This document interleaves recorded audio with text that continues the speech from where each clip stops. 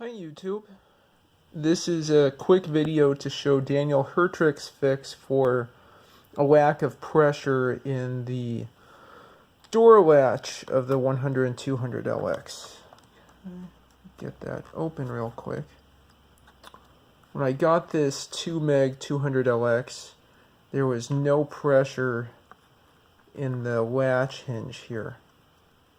But now there is, thanks to a 1-inch segment of 3mm heat shrink tubing.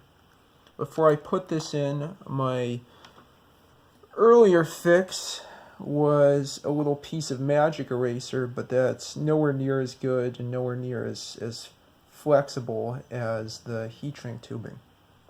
So now with that fix in place, I can close up my 200 LX and the hinge holds. Yep. There you go. Well, I hope this is helpful, and Daniel, thanks for presenting that fix to the community. Thanks for watching, and please subscribe.